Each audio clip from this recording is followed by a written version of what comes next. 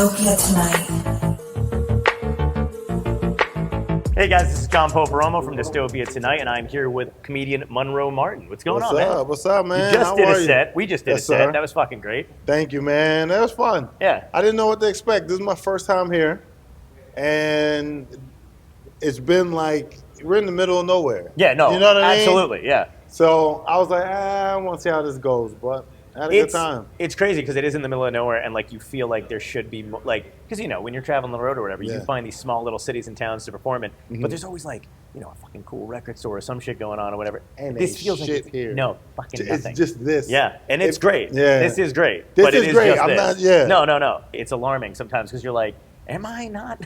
Actually, one person, I was like, oh, I'm gonna go up to the 7-Eleven, get a drink, and they were like, don't go to the 7-Eleven. It's like it's sketchy. And I was like, okay, all right, that's definitely Like a drink, like a water. Yeah, I was on it like just a fucking. I was like, I'm just gonna bounce up to the 7-Eleven. And they were like, no, Don't do that. You don't do that here. Everything feels like a front. Yeah. Like everything in this town feels like it's like fake and you can just knock it down. Yeah. Because I was walking around earlier when I was going to the museum and I was like, let me peek into places. On Google, they say they're open, but you look in, you're Yeah. like, ain't nobody in there. There's not enough people in the town to fill it. They have to Yeah. spread. You're like, there's like 5 here, 5 here. Very ambitious businesses. Yeah. Like they got a lot of chairs in a lot of these businesses. Somebody's We're like, keeping them maybe open. these should be mom and pops. They should be like living room style. I love the idea of you coming in to downsize people's Yo, businesses here. like, hey, Guys, you got way too many chairs. yeah, that's enough. We've had enough. You went to the museum. I want to know Mhm. first impressions when you first got in there. Because for me, when I got in, I only saw pictures and what was online. And then I felt like when I walked in there, like I didn't understand how immersive it was going to be. I loved it. I didn't do that. I didn't look online or as in depth online. I just seen it and I was like, oh, okay, cool. So then I allowed myself to like just go in there being open to the experience. Yeah. But it's probably like one of the best. It takes you back to like those museums you go to as a kid, like the Please Touch Oh. museums and Yeah, stuff like the that. Liberty Where it's like Science Center. it was like very interactive and I like that. And I spent like an hour and a half listening to like old stand-up monologues and like roast battle stuff and like Joan Rivers late night sets. Yeah, and stuff. that was great. So you just end up like Carlin losing one? tracks of time. I didn't see the Carlin one because No. everybody was there. Like there were Oh. certain. I didn't go into the rooms that were packed, like the little movie Sure. theaters where you gotta watch. Oh, like yeah, there's yeah. too many people there. Yeah. No, that's But great. I had a good time. That'd be- I just think they're missing a couple. I'm like, they're missing Oh. a whole Def Jam. Yep. You can't say national comedy without including that because Def Jam was a movement. You don't get half the people who are famous now. Yeah. You don't get the DLs. You don't get the Bernie Macs. Right, You Bernie don't Mac, get, you know what I mean? You Cedric. don't get Cedric the Entertainer, Yeah, Cedric's Martin great. Lawrence. Like there's a lot of household names that were created off of That's that a show. really good point, man. Yeah, so I think, but I'm like, I give them grace because I'm like, it's been open since 2018, Yeah. and it takes time. And it's COVID a hit. COVID hit, Yeah. and it's also a nonprofit, which means people have to donate those things and Yes. stuff like that. So They're working they on. I need know. Patrice. Yeah, they need a oh lot my of God, people. Patrice. Patrice. Let me ask you something about Patrice said that What? I remember. He said he feels like he was funnier before he became a comedian. He's like, I was so much funnier before I became a comedian, and that feels like I've been doing it for 20 years. It does feel like Yeah. I don't know how to explain it, but what do you know what I mean? Like, No, I feel the same way. I feel like I'm funnier now because I'm letting go of what being a comedian is. yeah, And because in the beginning, you're just funny and you're saying whatever comes to your mind and you have that raw humor. Yeah. And then when you get in the industry, you have to use that humor to make a living. Yes. So you start the only word I know is like Compartmentalizing, compartmentalizing, and you're using it in order to gain things where before you were just expressing yourself. Yeah. So now I feel like personally I'm back to expressing myself.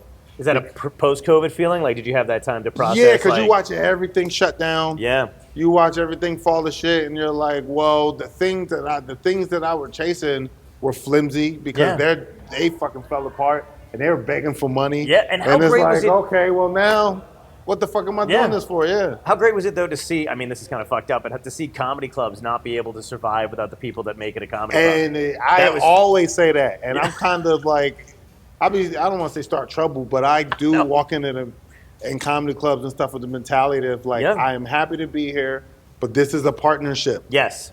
this is a partnership. You don't work for me, I don't work for you. But I Yeah. feel like comedy clubs do have that where they're like, you're gonna work your way in. It's Yeah. like, yeah, no, like you should want funny people and you should foster talent and Yes. you should Oh my make it God. feel conducive and safe for people to come and because without comics feeling comfortable, you don't get better comics. Exactly. Because the when I learned this in Philly when I was an open micer and I would hang outside the Ravens Lounge, we would see all the top comics and they would come to us and they'll see what we're doing. They'll be like, "Oh, we're like, what's a good club to hang at?" And you're like, "Oh, that one or this Yeah, one," yeah. you know. Yeah, absolutely. And So that's they wanna like they're listening to us. They're listening to the new comics. They be like, what's the temperature like? yeah. Where's everybody And going?" that's how the comedy becomes better Yeah. than anything else. If you like, I've been, I'm sure you've been the same thing, but I've gone to clubs, mostly middle of the U.S. or whatever, where you get there, they hire you, and then they have like their fucking rule. You know what I mean? We're like, well, this is Yeah. how it is here, and this is what we do here, and this is what they like I'm here. like, this And I'm like, club but you gonna just shut fucking down. This club, y'all exactly. gonna I'm like, okay, those okay. clubs last for like 5-7 years, Yep. and then they shut down. And they lose to the club Yeah. that this they don't they don't let everybody run amok, but they're like, yo, Yeah. we respect each other here, Right. and yeah, there's too many rules. Exactly. Yeah. And then they just become the fucking restaurant. It's like you don't have the food to stay in business. Yeah, without it, nobody like you can't sell enough chicken wings. right. That would be Buffalo a Wild great. Wings still struggling to sell chicken wings. Oh They my got god. they got their Buffalo doing commercials with no pants Yeah, on yeah. now. That's how desperate they are. I just seen a commercial. They blur I out saw the it. Buffalo I dick, saw and I'm it like, too. this dude got to show dick That's to fucking. sell wings. I saw that too, and I was like, "How high am?" Like, I was like, "What is happening on the screen?" I just love. I was thinking about that interactive experience you said they should add to the thing. That'd be great if remember the touch tunnel in Liberty Science Center. Mm-hmm. They should do one in the museum for a comedian's colon after only eating from the comedy menu. my God. Like you just walk through and there's like bad fried food and shit. Dude, Like just how many this is comics what died from fucking right? Oof. They fucking kill us slowly with that Dude, shit. I stopped. There was a comic who put me on to that. I'm trying to think of his name. Maybe it was like, I think it was like Dean Edwards. He was like, I don't eat the comedy food. He was like, I go on the road. I order my salads. I Yeah. order off menu. Like I'm not going to sit here the whole weekend and eat French fries and Exactly, French fries, hamburgers chicken fingers, and shit. chili. What am I, 9? Like, No, some clubs though do have good menus. oh no, absolutely, and they treat Some you clubs like you get there and you like, oh Yeah. shit, like, It's what just- is this? yeah, I know, Just an man. Olive Garden? Right? And I'm like, oh, can I order this? And they're like, yeah, you can order whatever you want. And Mm-hmm. I'm like, and then, you know what's crazy is when you start acting like, swear to God, somebody's like, what are you, Oliver? Like, fucking, Yeah. like, get what you want. I'm like, dude, you Yeah. don't understand. They don't always treat us like Yeah, this. no, some They're clubs don't have people. shit. Yeah. And so, but some clubs are ambitious about their menu, but they have a lot of things, and you only make 2 of these things good. I'm like, master 100%. 2, master those 2, because the rest you just burning shit. Yeah. That's fucking Yeah. hilarious. It's like when people go into an IHOP and they're like, I'll have the steak. And I'm like, that's not what you ordered. That's not get That's the not how that pancakes works with the here. sausage. Yeah. Get the Grand Slam, right? And just walk. Is the that Grand Denny's? wait, that might be Denny's. Okay. Neither one of those is a sponsor, so it doesn't matter. All right, cool. Yeah, but whatever. I want to ask you about because I know you've done a bunch of TV and stuff like that too. But are you primarily set? Like, are you good with being a comic for the rest of your life, or do you feel like you want to transition into acting? Is there anything? Because that's like used to be Well, what they the goal did. is I never want to transition out. I think I never want to transition out of comedy, but yes, I want to do other things. Yeah. I want to like. But it wasn't like a produce stepping my stone, own show. was it? No, hell Okay, no. cool. That's I great. did comedy. I think the best thing that happened to me is I did comedy unaware that it was connected to all these other things. Oh wow. Because when I started comedy, I seen it on you just seen it on TV, and at first I would just you would see the comics and then them acting, and I would go, oh, they're just doing their one-man shows or whatever. Like Yeah. they're actors who also do There's a like bunch these of those, yeah. monologues and shit, and they still exist. Yeah, exactly. But then I seen this one comic named Denny Live. He was on this show called Coming to the Stage. It was like BET's version of Last Comic Standing. And I would watch it. I was still in high school at the time, and I would watch it every week.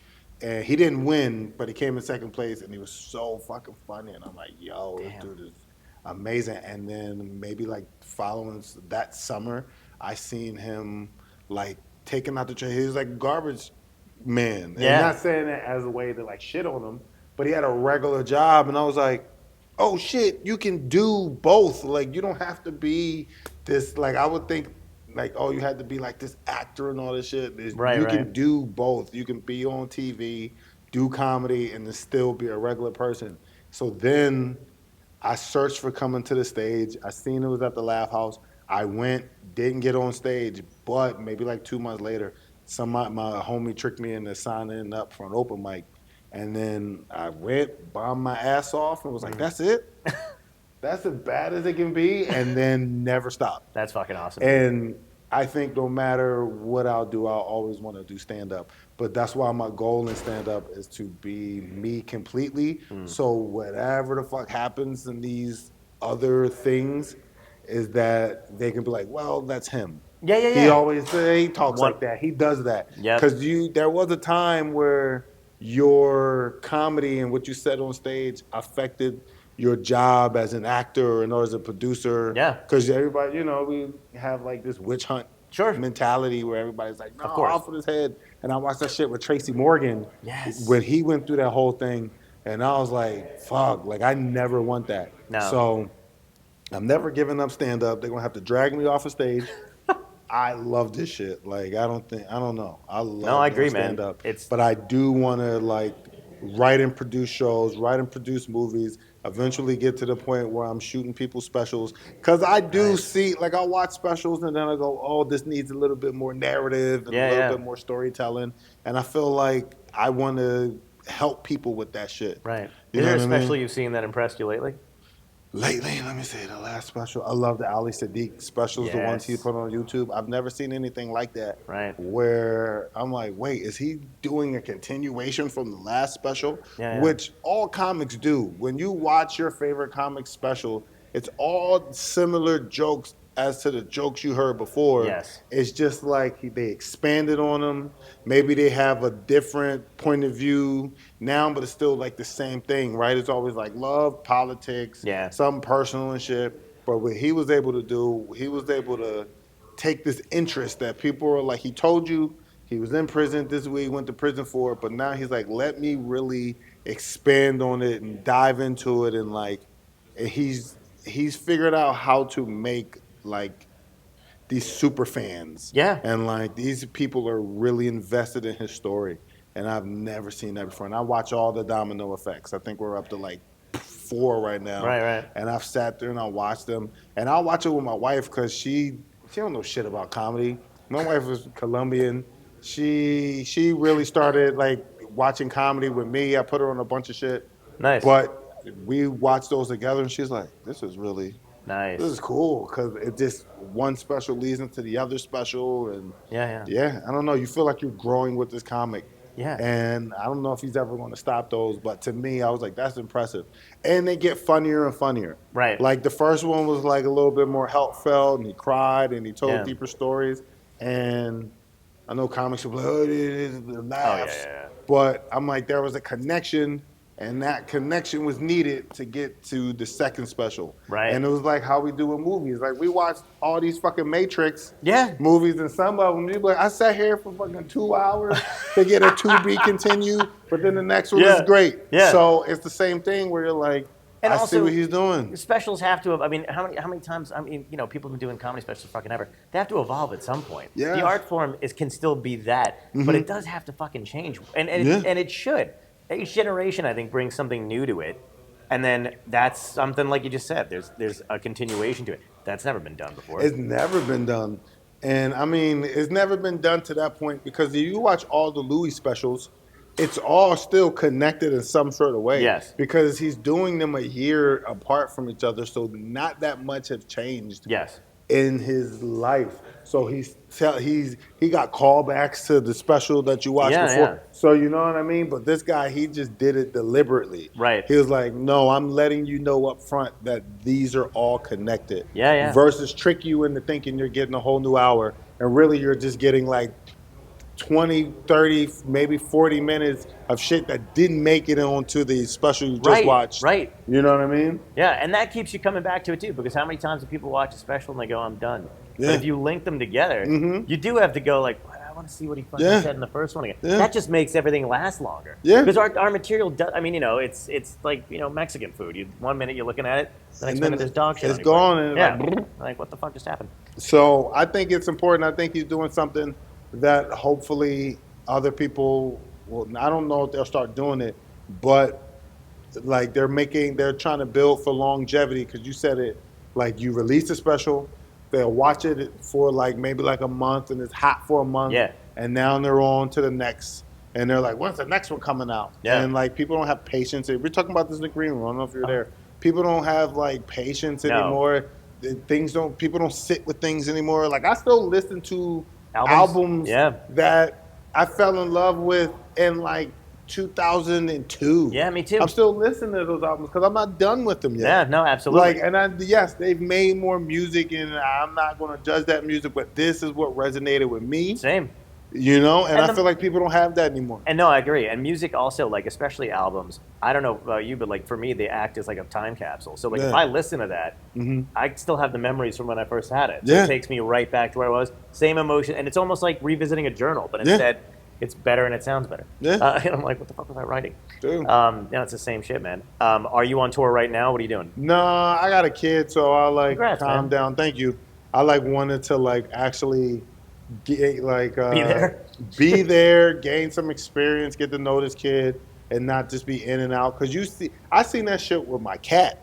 I know it seems weird, but when me and my wife moved in together, we had a cat, and at first this cat loved the shit out of me. Oh. This cat would not like. This cat was all on me, Right. and then every other weekend I'm out, and then it got to this point where the cat would see me and hiss, pee on my book bag, yeah, all this shit. And I'm like, yo, like these things create a bond with you. Yeah. And then it's like, wait, you're gone for long periods of time, then you come back, and this, Yeah. that, and the third. So I'm like, I'll try to do shit like this where I literally flew in the day, I fly out at 5 a.m.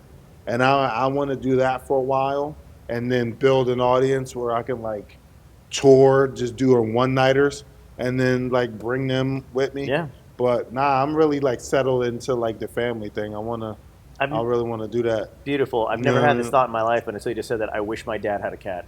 Yeah. Yeah, like just Just so to he would teach him the just to fucking- teach him not to fucking leave. You know, like Yo. the abandonment. Yeah, someone to pee on his pants. Yeah, exactly. That would have Fucking, changed you my whole come back fucking life. home, Right. You're like, why my pants smell like Yeah. cat pee? 'Cause Never- you fucking, dude, it was so annoying. But I was like, oh, that's what it is. And now, like, my son is only 45 days old. Oh, wow. And yeah, I don't want to. I'm like, I don't want to run off. No. To leave my wife and my kid. That's and I'm great, like, man. I can do what I need to do in the city. Do one-nighters here and there. Yeah. And now with the internet, which I know everybody hates the internet, but the joy of the internet is you can build a fan base. Yes. So now with the internet, I'm just trying to build a fan base, trying to find that connection of like, what can I put online that represents what I truly do on stage? Yeah. Because those are two different things. Like when you're on stage, it's just you and the people. And then when you're online, it's you and the algorithm. And then the algorithm has to approve that shit to give it to the people. And by the time it gets to the people, it may be different. Yeah.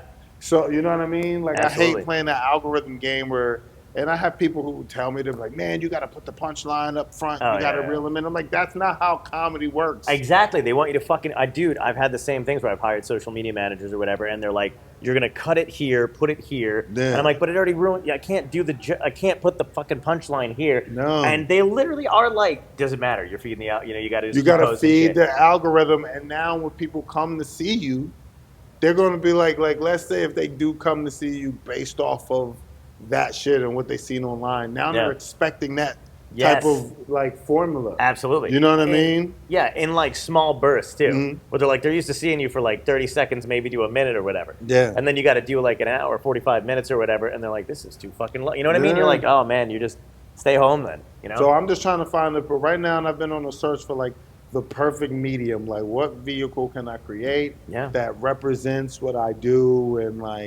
and that satisfies the algorithm so they can push it, but doesn't dilute what I do. So when people come to see me, they're like, I'm getting exactly what I want. Because you go to concerts, right? Yeah, of course. All the best time. concerts are the ones who sound like the album. Yes. Oh, my God. Where you go, oh, shit, you sound just like the song. I love hearing you say, oh, shit, this is great. And I want that same feeling. Yeah, that's great. Because I love the Counting Crows, big Counting Crows fan.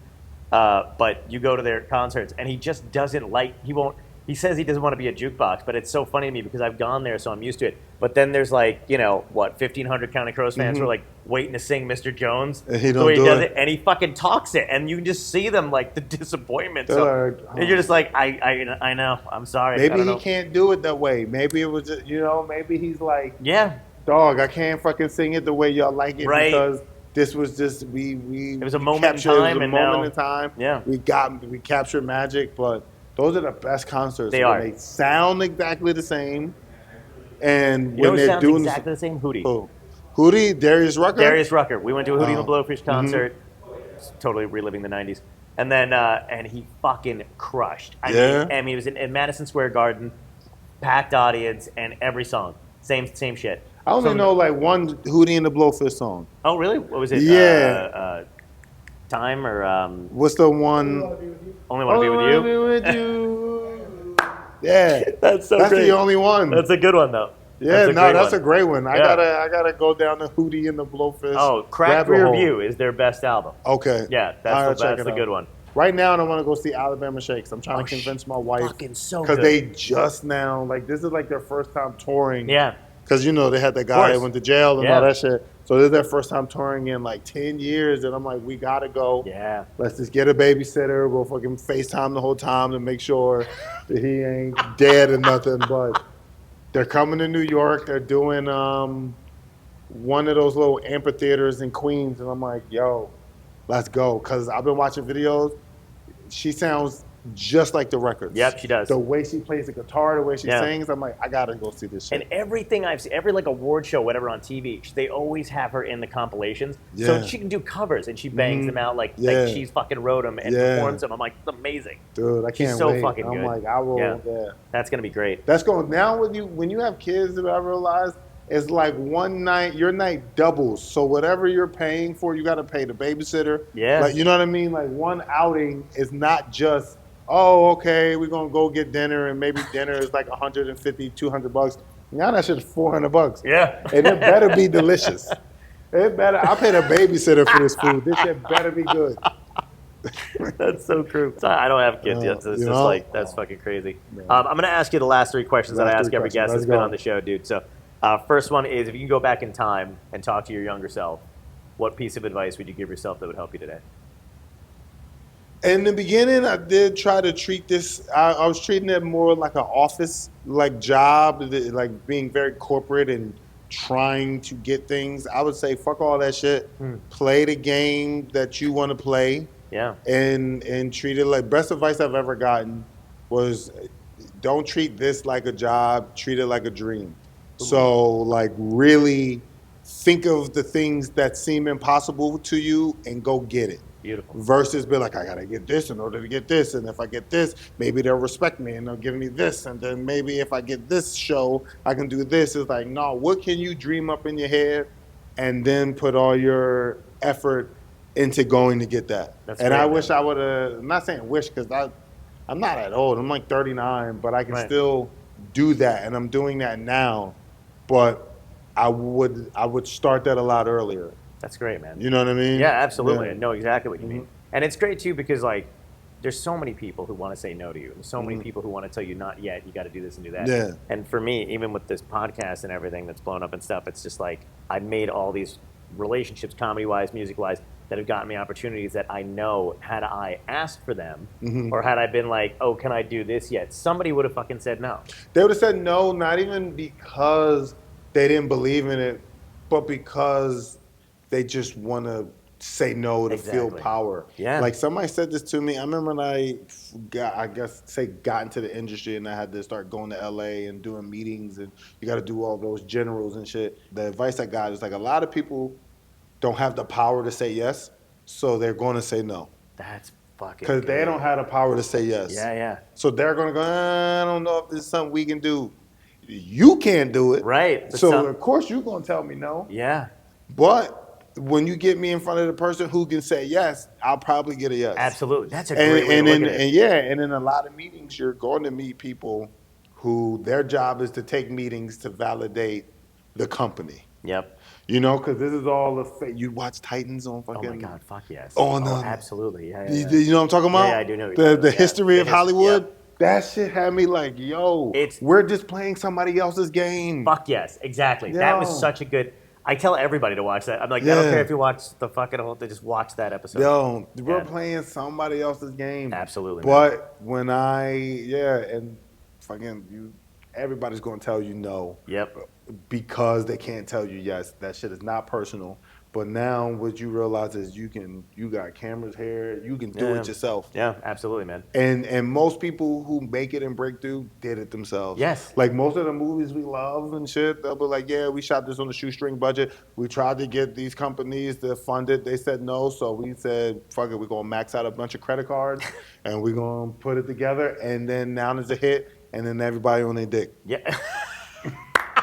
So at the end of the day, it's like, do what you want to do. Yeah. Take that chance. And if it's worth it, you won't fail. You know what I mean? Yeah, absolutely. Most people fail when they quit. Yeah. Most people, they'll try something, they don't get the initial result they want, and then they stop. And it's like, now you failed because you didn't even like try to see where you went wrong or how you can fix it and polish it up and revamp it. Yeah, you know? Absolutely, man. Yeah. Second question is, what had to end in your life, good or bad, that led you to where you are today?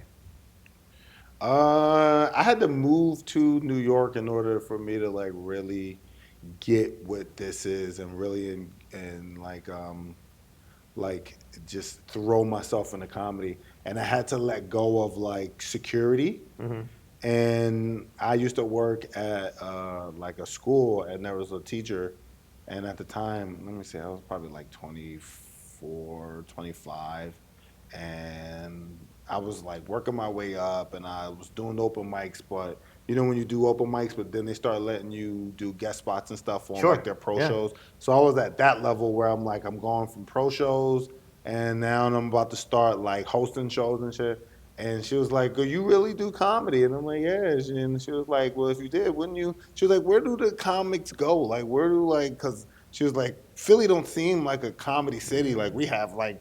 Good clubs here, but this don't seem like the place you go where comedy is like the industry. And I was like, it's New York. And she was like, why aren't you there? And I'm like, cause I don't got no job, I don't make no money, and if I do this, and she was like, you don't make no money now. She was like, you don't make no money now. Like this job ain't giving you the best security. Right. And you're young enough that if you fail, you can come back here and do whatever you're doing. Yeah. And like my background is I grew up in foster care. Don't really have that like security where you got a family that's taking care of you and all this. Like I got like sisters and my mom is cool and my grandma, but they're not like people I can depend on in the sense of like, yo, if I'm fucked up, they're gonna scoop me up. So it's like I already didn't have that foundation. So once I realized that, and I'm like, oh, let me let go of whatever this thought of security is in my head. Yeah, yeah. Because like you want to stay in Philly where you want to stay home where it's safe, but it's not even safe. Right. That's a good point. You know what I mean? Yeah. So one of my best friends, Derek Gaines, he moved to New York and he would come to Philly like every other weekend to like maybe like do a show, make extra rent money and shit. And he'd be like, yo, New York is where it's at. New York, where's it at? And I'm like, if I go to New York, would you let me crash on your couch? He was like, hell yeah. And I fucking, the following week, I'm like, I'm coming up there. Had a moving truck, all that shit. Had all my shit in his living room. Paid him half of his rent to sleep on a fucking recliner chair, which don't make no sense. I'm paying half your rent to sleep on a fucking recliner. I know. That's a scam. Yeah, no, that was a scam. Tell him. You scammed me, dog. But it was worth it because I haven't went back. That's like great, even when like I hit hard times and I had to go crash in Philly for a little bit, but I've never moved back. And it's just like off to the races. You just keep going. And now I look back and I'm like Like I look now and I'm like, fuck, like I'm an actual comedian. Yeah. This is my career. I got a family.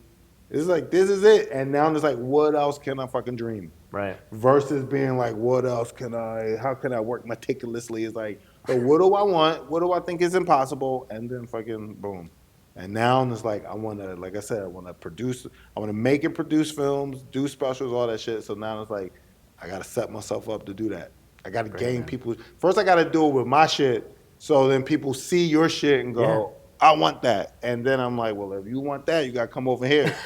That's you know great, what I dude. mean? Good attitude to have. Yeah. Third question ties into the show. Question. Show's called Dystopia tonight. If you woke up tomorrow Mm-hmm. and you find out everybody's got 24 hours left to live, Yeah. I want to know, you get to pick, what is the cause? So it's either political collapse, climate change, meteor, alien, zombies, whatever you want it to be. And what's going to be your epic death? How you going out? Fucking. That's the best way to go out. That's been the most common answer. Yeah, I'm really- not going out panicking or praying. Praying ain't gonna do shit. No. We No, already it doesn't know work. it's over. Yeah, absolutely. So I'm fucking. That's great, dude. Yo. And what's happening? What's going to cause it? What are you fucking to? Let me see. I don't want to do zombie because I feel like that'd be too nasty. Right? Like zombie is kind Yeah. of. Inviting other I partners. think a bomb. Like I want it to be like some sort of like nuclear thing. They fucked up and all the nuclear So you're bombs. fucking as the fucking mushroom Hell cloud is yeah. coming? Just Yes. That's great. Talk Well, about no, beat the because clock. that's not a fast death. No. I need a fast one. Because Yeah. the mushroom cloud, sometimes that shit catches you and now you gotta die slowly from like the. I don't want to die Radiation from poisoning. Like, what if your dick just falls off Yo, first? Then you're and- just sitting there, man. It needs to be something that's unheard of. Like maybe the Earth's crust got too hot and this bitch just went. Bow. That's fucking great. Yeah. That's great. So I'd rather that. I need something instant.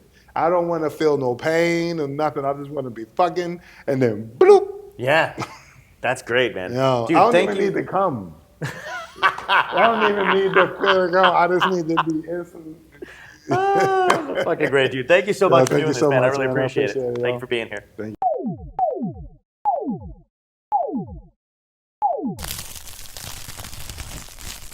Dystopia tonight.